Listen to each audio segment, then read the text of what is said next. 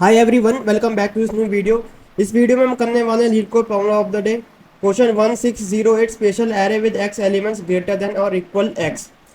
सो ये question easy level है और ये कह रहा है कि you are given an array nums of non negative integers, यानी उस नम्स वाली एरे में सारे नंबर्स पॉजिटिव होंगे। Nums is considered special if there exist a number X such that there are exactly X numbers in nums that are greater than और equals to X. यानी कि ये जो मेरे को नम्स दे रखा है ना, ये मैं स्पेशल इसको तब बोलूंगा अगर कोई एक नंबर एक्स ऐसा एग्जिस्ट करता है जिसमें नम्स में ना ग्रेटर देन और इक्वल टू एक्स एलिमेंट होना चाहिए एग्जैक्टली। ठीक है, इसका क्या मतलब है, थोड़ी कंफ्यूजिंग सी स्टेटमेंट लग सकती है आपको, बट इसका मतलब अभी मैं बताता हूँ। और यहाँ पर लिखा हुआ है कि एक्स जो है वो does not have to be or return in nums, मतलब जरूरी नहीं है कि भाई एक्स जो एलिमेंट है ना वो नम्स में हो या ना हो। ठीक है, वो हो भी सकता है और नहीं भी हो सकता है।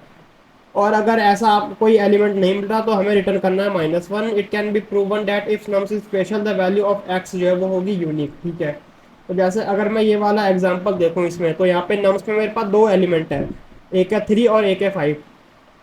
तो क्या कोई ऐसी एक्स की वैल्यू है कि भाई मेरे पास एक्स कोई ऐसा नंबर है कि जिसमें एलिमेंट जो है ना इस नंबर से वो greater than equal to X हो। ठीक है, तो जैसे अगर मैं यहाँ पर देखूँ तो भाई एक्स की वैल्यू अगर मैं लेके देखूँ यहाँ पर 0, तो क्या नम्स में कोई ऐसा एलिमेंट है, क्या नम्स में कोई इतने कोई एलिमेंट्स हैं जो कि ग्रेटर देन इक्वल टू 0 हो। ठीक है, तो आप अगर देखोगे तो भाई नम्स में मेरे पास दो एलिमेंट है, तो 0 एलिमेंट तो इसमें होंगे नहीं ना, तो इसकी वैल्यू तो 0 हो ही नहीं सकती। फिर अगर मैं देखूँ एक्स की वैल्यू 1, तो क्या एक्स की वैल्यू 1 हो सकती है? भाई 1 भी नहीं हो सकती। क्यों नहीं हो सकती? क्योंकि मेरे को ऐसा एक एलिमेंट चाहिए जो कि ग्रेटर देन इक्वल टू 1 हो, बट यहाँ पर मेरे को ऐसे दो एलिमेंट मिल रहे हैं। ठीक है, तो ये भी नहीं हो सकता। उसके बाद अगर मैं एक्स की वैल्यू यहाँ पर 2 रख के देखूँ, तो क्या मेरे नम्स में कोई ऐसे एलिमेंट है जो कि ग्रेटर देन इक्वल टू 2 हो? तो यहाँ पर देखोगे तो आप है भाई दो एलिमेंट मेरे को मिल रहे हैं और वो दोनों ही एलिमेंट जो है वो ग्रेटर देन इक्वल टू 2 है। तो यहाँ पर इसका आंसर जो है वो आ गया 2। और यहाँ पर देखो लिखा भी हुआ है कि there are two values 3 and 5 that are greater than और इक्वल्स टू 2। सिमिलरली यहाँ पर देखो तो कोई एलिमेंट है नहीं, तो जब कोई एलिमेंट होगा नहीं तो वहाँ पर आउटपुट आ रहा है -1। ठीक है, no no numbers fit the criteria for X. अगर मैं यहाँ पर एक्स वाली 0 लेके देखूँ तो देयर शुड बी 0 नंबर्स जो कि greater than equal to X होने चाहिए, बट भाई मेरे पास 0 नंबर तो है नहीं, मेरे पास दो नंबर्स दे रखे हैं यहाँ पर। सिमिलरली अगर मैं एक्स की वैल्यू 1 लेके देखूँ तो मेरे पास एक ऐसा नंबर होना चाहिए जो कि ग्रेटर देन इक्वल्स टू एक हो, ग्रेटर देन इक्वल्स टू 1 हो। ठीक है, तो यहाँ पर तो भाई मेरे को 0 दे रखा है, तो 0 तो भाई ग्रेटर देन इक्वल्स टू 1 है नहीं। देन अगर मैं एक्स की वैल्यू 2 लेकर देखो तो यहाँ पर भी जो है आपको ऐसा कोई नंबर नहीं मिलेगा। ठीक है, ऐसे ही आप जितने भी नंबर्स एक्स की वैल्यू लेके देखोगे ना आपको कोई भी नहीं मिलेगा, तो इसलिए यहाँ पर -1 आ गया। अब अगर मैं ये वाला एग्जाम्पल यहाँ पर 04304, ठीक है, इसको मैं यहाँ से अगर कॉपी कर लूँ ऐसे, और यहाँ पर देखो इसको मैं यहाँ पे पेस्ट कर देता हूँ, तो इस वाले पे ज़रा समझते हैं। और इसको यहाँ से मैं कर देता हूँ डिलीट। तो अगर मैं यहाँ पर भी वैसे ही करूँ तो देखो जैसे मैं x की वैल्यू 1 ले रहा हूँ, ठीक है, x की वैल्यू 2 लेकर देख रहा हूँ, तो यार ये जो तरीका है जो कि इन्होंने इस वाले एग्जाम्पल में बता रखा है, तो ये तो मेरा एक ब्रूट फोर्स टाइप हो गया ना कि भाई मैं हर एक्स की हर वैल्यू पर जाके देख रहा हूँ कि भाई पहले x0 लेके देख रहा हूँ, फिर x1 लेके देख रहा हूँ, ऐसे करके। तो ये एक ब्रूट फोर्स अप्रोच हो गया है ना। और मैं इसको बेसिकली कैसे कर सकता हूँ कि अगर आप यहाँ पर देखोगे तो मेरा एक्स जो उसकी रेंज कहाँ तक हो सकती है। ठीक है, जैसे मेरे पास अगर इसमें मेरे को इनपुट में क्या देख रखा है, हाँ मेरे को यहाँ पे नम्स जो एरे दे रखा है, तो इसका जो साइज है, फिर जैसे इसका साइज है 1 2 3 4 5 है, 5 एलिमेंट है इसमें। तो एक्स की जो वैल्यू है वो कहाँ से कहाँ तक हो सकती है, वो ग्रेटर देन इक्वल्स टू 0 और less than equals to n हो सकती है, where n is the size of this given array. ठीक है, n से ज़्यादा तो हो नहीं सकते ना भाई।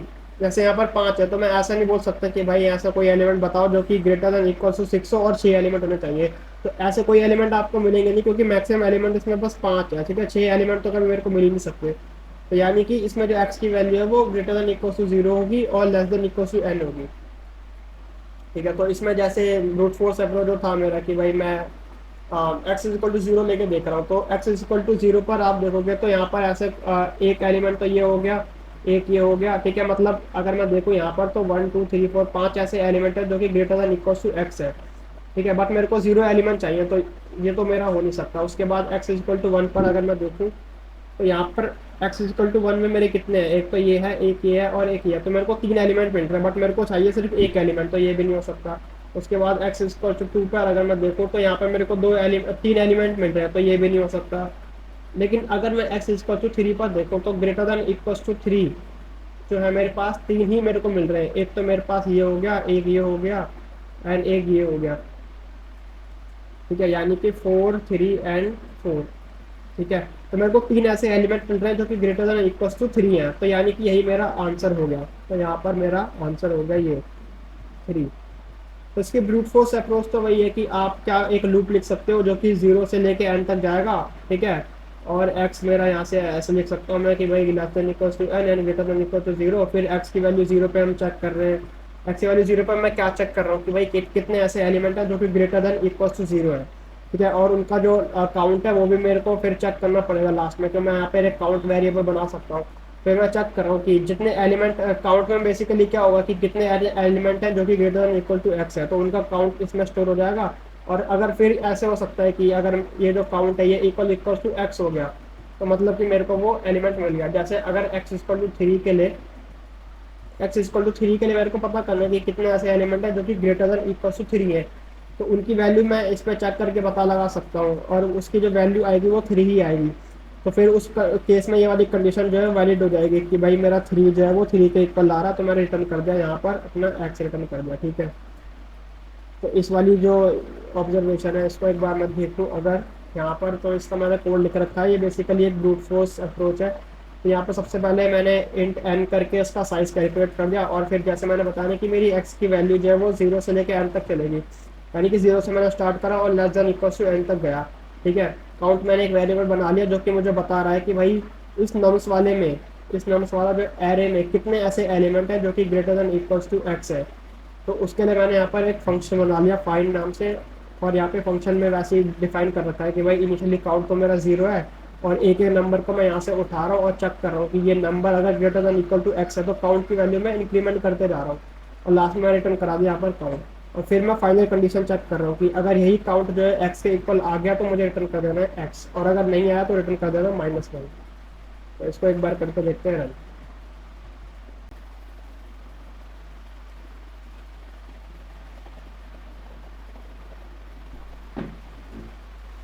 तो ये वाला सॉल्यूशन एक्सेप्टेड हो गया है, ठीक है। इसको एक बार सबमिट करके भी देख लेते हैं, और ये सबमिट भी हो ही जाएगा यार, क्योंकि इसके जो कॉन्स्टेंट्स है ना वो बहुत कम है। अगर मैं यहाँ पर दिखाऊँ तो इसको पहले सबमिट होने देते हैं। तो देखो ये सबमिट हो गया एंड 106 डेज आर कम्प्लीटेड, और इसका जो क्या बोलते हैं आपको रन टाइम है वो भी 0 मिली सेकेंड है, क्योंकि इसका जो कॉन्स्टेंट है ये सिर्फ 100 तक है।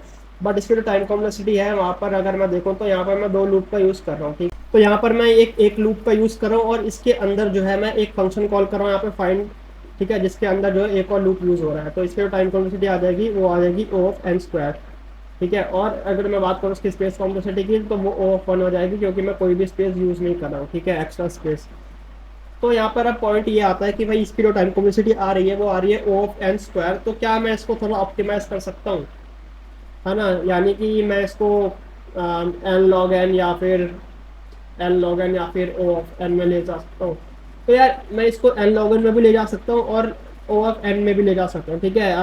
n log n में मैं इसको यूज़ ले जा सकता हूँ with the help of binary search की। जैसे मैं यहाँ पर बेसिकली कर क्या रहा हूँ कि मैं जैसे यहाँ पे मैं यहाँ पे देखो मेरा जो x जा रहा है ना वो 0 से n तक जा रहा है, ठीक है। और मैं काउंट कर रहा हूँ कि भाई ये वाला नंबर कितनी बार आ रहा है। तो बेसिकली 0 से n तक जाने की ज़रूरत ही नहीं है यार, यहाँ पर बाइनरी सर्च का यूज़ करके मैं अपनी जो वो स्टेप्स है उनको कम कर सकता हूँ। बट मैं यहाँ पे बताने वाला हूँ उससे भी बेटर अप्रोच जो कि है O ऑफ n वाली, ठीक है। तो एक टेक्निक होती है बेसिकली जिसको प्री कंप्यूटेशन बोलते हैं। तो उसमें बेसिकली करते ही है ना कि जैसे उसको मैं अगर इस क्वेश्चन के अकॉर्डिंग बताऊं तो यहाँ पर मैं बेसिकली क्या कर सकता हूँ, इसको मैं सबसे पहले तो यहाँ से डिलीट ही कर देता हूँ, चलो ठीक है। ये कोड भी मैं आपको प्रोवाइड करवा दूंगा, बट यहाँ पे मैं बेसिकली क्या कर सकता हूँ इस वाली अप्रोच को देखना। मैं ना एक यहाँ पर डाटा स्ट्रक्चर अगर क्रिएट करूँ, ठीक है, जैसे मेरे को ये दे रखा है इनपुट में, ठीक है। तो मैं यहाँ पर अगर एक डाटा स्ट्रक्चर क्रिएट करूँ जिसका साइज जो होगा वो कितना होगा पता है, इसका साइज हो सकता है कि ये जो मेरे पास एरे दे रखा है इसमें मैक्सिमम जो एलिमेंट है +1, ठीक है। तो जैसे आप मैक्सिमम 4 आ रहा तो यानी कि मैं इसमें 5 साइज का एक एरे बना दूँ। तो ये मैंने बना दिया यहाँ पर 1 2 3 4 5, ठीक है। और मैं बेसिकली इसमें पता कैसे कर सकता हूँ, मेरे को बेसिकली ये पता करना है कि एक्स जो है उसकी अगर कोई एक वैल्यू है तो मुझे ये देखना है कि भाई कितने ऐसे एलिमेंट हैं जो कि greater than equal to x उसमें आ रहे हैं, और फिर मैं उसमें वो कर रहा था कि भाई इक्वल्स टू काउंट है कि नहीं है, और फिर अगर है तो रिटर्न करा हुआ एक्स। ठीक है, तो मैं इसमें क्या कर सकता हूँ कि जैसे मेरे को ये दे रखा है, ठीक है, मैं इसमें पता कर सकता हूँ कि मेरे पास कोई एलिमेंट कितनी बार आ रहा है। ठीक है, तो जैसे अगर मैं यहाँ पर एक एक करके देखूँ तो इसकी मैं इंडेक्सिंग करूँ, अगर 0 1 2 3 एंड 4, एंड अब मैं यहाँ पर बोल रहा हूँ कि मेरी जो जीरो है, यहाँ पर मेरे को सबसे पहले जीरो मिला, तो जीरो की फ्रीक्वेंसी कितनी आ रही है वो मैं जीरो में स्टोर कर रहा हूँ। ठीक है, जैसे यहाँ पर जीरो की फ्रीक्वेंसी 2 आ रही है तो मैंने यहाँ पर 2 लिख दिया। उसके बाद 1 की जीरो आ रही है, ठीक है, 2 की भी जीरो आ रही है, 3 की कितनी आ रही है यहाँ पर बस एक है, और 4 की कितनी यहाँ पर 2 है।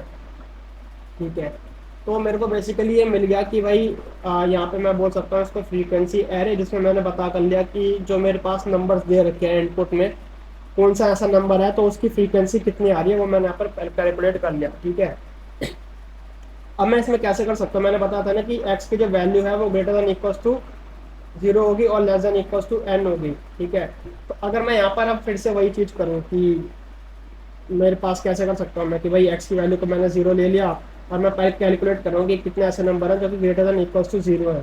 ठीक है, तो वो चीज़ मैं यहाँ से कैलकुलेट कर सकता हूँ डायरेक्टली। कैसे, वो देखो कि जैसे x की वैल्यू 0 है तो मैं 0 पर जाकर देख रहा हूँ कि क्या कितने ऐसे एलिमेंट है जो कि ग्रेटर देन इक्वल टू 0 है। तो देखो मैंने पता करा कि भाई 0 मेरे 2 बार आ रहा है। ठीक है, तो एक तो यही हो गया, प्लस इससे ग्रेटर देन वाले कितने एलिमेंट्स है, तो देखो 1 भी है, 2 भी है, 3 भी है, 4 भी है, और ये कितनी बार आ रहे हैं सब। तो इनको मैं सिंपली यहाँ पर ऐड कर सकता हूँ। तो यहाँ पर 2 प्लस 1 प्लस 2 आ गया, तो ये आ गया मेरा 5। तो यहाँ पे आ गया मेरा कि 5 आ गया मेरा, यानी 5 ऐसे एलिमेंट है जो कि ग्रेटर देन इक्वल टू 0 है। बट ये 5 जो है ये 0 के इक्वल तो आ नहीं रहा। ठीक है, तो ये हो जाएगा मेरा गलत। ऐसे करते करते जब मैं x इक्वल टू 3 पर पहुंचूंगा तो मुझे पता करने कि कितने ऐसे एलिमेंट हैं जो ग्रेटर देन इक्वल टू 3 है। यहाँ पे मुझे क्या वो पता कैसे कर सकता हूँ कि भाई 3 पर जो वैल्यू आ रही है और 4 पर जो वैल्यू आ रही है उनका सिंपली एडिशन कर दूंगा। तो यानी कि 1 + 2 अगर मैं कर दूँ तो वो आ रहा है मेरा 3, और ये 3 ही मेरे x के इक्वल होगा, तो यानी आंसर मेरे को मिल जाएगा यहाँ पे 3। तो ये बहुत ही एक ईजी अप्रोच हो जाएगी, है ना। तो O ऑफ n में बेसिकली मैं इसको कर सकता हूँ, क्योंकि मेरे को बस इस एरे में ट्रैवर्स ही तो करना है ना, एक एक एलिमेंट को उठा के ट्रैवर्स ही करना है मेरे को, तो वो मैं सिंपली O ऑफ n में कर सकता हूँ। तो यानी कि O ऑफ n स्क्वायर से मैं चला गया O ऑफ n में। ठीक है,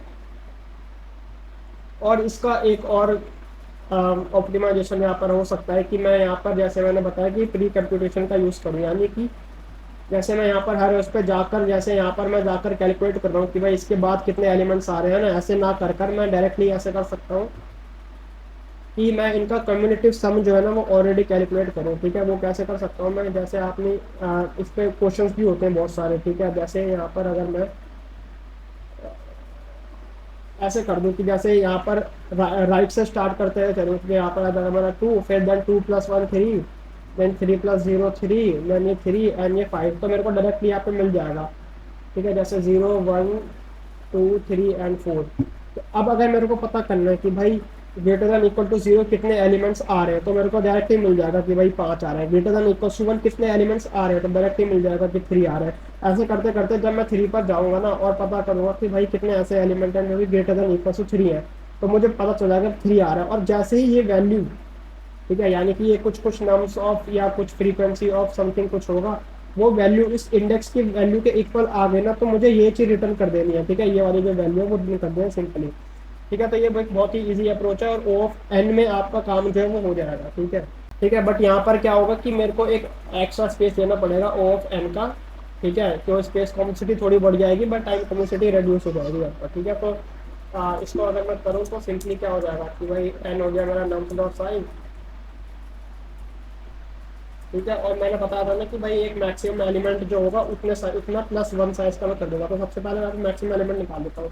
तो वो मैं ऐसे निकाल सकता हूँ यहाँ पर कि मेरा जो मैक्सी हो जाएगा, विच इज मैक्सिमम एलिमेंट, वो हो जाएगा मेरा नम्स डॉट वेरिएंट और नम्स डॉट एंड। तो यहाँ से मुझे पता चल गया मैक्सिमम एलिमेंट, और मैं यहाँ पर एक वेक्टर बना सकता हूँ। ठीक है, इसका नाम हो जाएगा फ्रीक्वेंसी, और इसका साइज कितना हो जाएगा मैक्सी +1। ठीक है, +1 में क्यों कर रहा हूँ, क्योंकि आउट ऑफ बाउंड ना चला जाए, तो उसका मैं ध्यान रख रहा हूँ बेसिकली, क्योंकि इंडेक्सिंग यहाँ पर 0 बेस्ड है ना। तो मैं ऐसे बोल रहा हूँ कि भाई 1 को 1 से और 0 को 0 से मैप कर दो, 1 को 1 से मैप कर दो, ऐसे करके। ठीक है, और इसको मैं इनिशियलाइजेशन कर सकता हूँ सबको 0 से, उसके बाद मेरे को क्या करना है कि भाई आई इज इक्वल टू 0 से लेके एन तक एक लूप चलाऊंगा, ठीक है। और फ्रीक्वेंसी में मैं अपडेट कर रहा हूँ नम्स ऑफ आई, वो हो जाएगा प्लस प्लस, ठीक है। तो अब ये जो फ्रीक्वेंसी वाली एरे है ये मेरी क्रिएट हो चुकी है, ये वाली जो एरे है, ठीक है। अब बस सिंपली क्या करना है, जैसे मैंने बताया था कि भाई एक यहाँ पे क्यूमुलेटिव सम हो जाएगा जो कि 0 है इनिशियली, और मेरे को लास्ट से स्टार्ट करना है ना, तो लास्ट से स्टार्ट मैं कैसे कर सकता हूँ कि एक्स जो हो जाएगा मेरा वो हो जाएगा मेरा लास्ट क्या था मेरा मैक्सी, नहीं मैक्सी प्लस वन था, ठीक है। और x greater than equal to जब तक 0 है और एक्स हो गया माइनस माइनस, ठीक है। और यहाँ पर मैं बेसिकली क्या कर रहा हूँ कि क्यूमुलेटिव सम पता कर रहा हूँ, ठीक है। तो क्यूमुलेटिव सम जो मेरा होगा वो मेरा क्या होगा, ठीक है। यहाँ पर देखो मैं डायरेक्टली ऐसे नहीं लिख सकता कि भाई फ्रीक्वेंसी ऑफ ऐसे नम्स ऑफ एक्स, ठीक है। क्योंकि यहाँ पर ना एक कंडीशन ये है कि इसको मैं अगर हटाऊँ तो देखो यहाँ पर एक कंडीशन ये है कि मेरा एक्स जो है ना वो मैक्सी प्लस वन से स्टार्ट हो रहा है, ठीक है। बट मेरे पास जो एलिमेंट्स हैं वो बस मैक्सी एलिमेंट तक है ना भाई। अगर मैं यहाँ पर दिखाऊँ तो ये जो एरे मैंने बनाई है इसका साइज है 5, लेकिन मेरे पास जो एलिमेंट्स हैं वो बस 4 ही हैं, मतलब मैक्सिमम एलिमेंट्स में 4 तक ही जा रहा है। तो मैं इसको कैसे लिख सकता हूँ कि जो मेरा कम्युलेटिव सम होगा, ठीक है, जो मेरा कम्युलेटिव सम होगा अगर मेरा एक्स जो है वो मेरा लेस देन मैक्सी है, less than equals to maxi है, ठीक है। तो उस केस में तो भाई जो फ्रीक्वेंसी ऑफ एक्स है सिंपली वो हो जाएगा एल्स क्या हो जाएगा 0 हो जाएगा। यानी कि अगर मेरा एक्स जो है वो ग्रेटर देन मैक्सी हो रहा है तो मतलब वो आउट ऑफ बाउंड जा रहा है, तो उस केस में उसका कम्युलेटिव सम 0 ही सेट करना है, ठीक है। और अगर मैं ऐसा इसको नहीं करूंगा ना तो ये मेरे को रन टाइम एरर दे देगा एक, ठीक है। इसको मैं ऐसे लिख सकता हूँ इसके अंदर, और सिंपली मैं यहाँ पे कंडीशन बता देना कि भाई अगर ये कम्युलेटिव सम जो है वो इक्वल इक्वल टू एक्स आ गया, इसका मतलब भाई मेरे को जो एलिमेंट चाहिए था वो मेरे को मिल चुका है, तो उस केस में सिंपली रिटर्न कर दो एक्स। और यहाँ से बाहर आकर मेरे को अगर नहीं मिला तो रिटर्न कर दो माइनस वन, ठीक है। और इसको एक बार करके देखते हैं रन।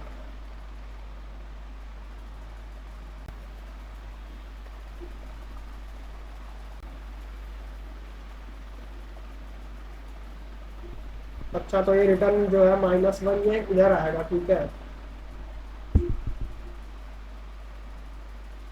तो देखो ये एक्सेप्टेड हो गया रन टाइम 0 मिली सेकेंड, ठीक है। और जो मैं यहाँ पे बता रहा था ना कि अगर मैं इसको ऐसे नहीं लिखता, तो अगर मैं इसको ऐसे लिखता सिंपली कि जो मेरा कम्युलेटिव सम है वो उसमें ऐड कर दो आप सिंपली फ्रीक्वेंसी ऑफ एक्स, ठीक है।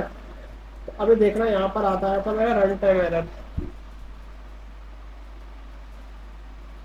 देखो यहाँ पर आ रहा है ना रन टाइम एरर। तो इसको ऐसे नहीं लिख सकता मैं, ठीक है। तो इसको मैं वापस से रिवर्ट कर देता हूँ। और ये जो सॉल्यूशन है मेरा एक्सेप्ट, जिसको करके देखते हैं एक्सेप्ट हो जाएगा ये भी। तो चलो टाइम कॉम्प्लेक्सिटी आएगी वो आएगी ओ ऑफ एन, और स्पेस कॉम्प्लेक्सिटी भी आएगी इसकी ओ ऑफ एन, ठीक है। तो ये वाला भी सबमिट हो गया है। तो अगर मैं यहाँ पर सबमिशंस पे जाकर देखूँ तो मैंने यहाँ पर दो सॉल्यूशंस बनाए हैं, ठीक है। एक तो ये वाला था जो कि मेरा ब्रूट फोर्स अप्रोच था, ठीक है। यहाँ पर मैं सिंपली देख रहा था यार फाइंड करके, यहाँ पर मैं चेक कर रहा था कि भाई एक्स जो है वो कितनी बार आ रहा है, ठीक है। और एक था मेरा ये वाला जो कि है ये वाला, ठीक है। तो आज की इस वीडियो में बस इतना ही। वीडियो अच्छी लगी तो वीडियो को लाइक कर देना और चैनल को सब्सक्राइब कर देना। Thank you.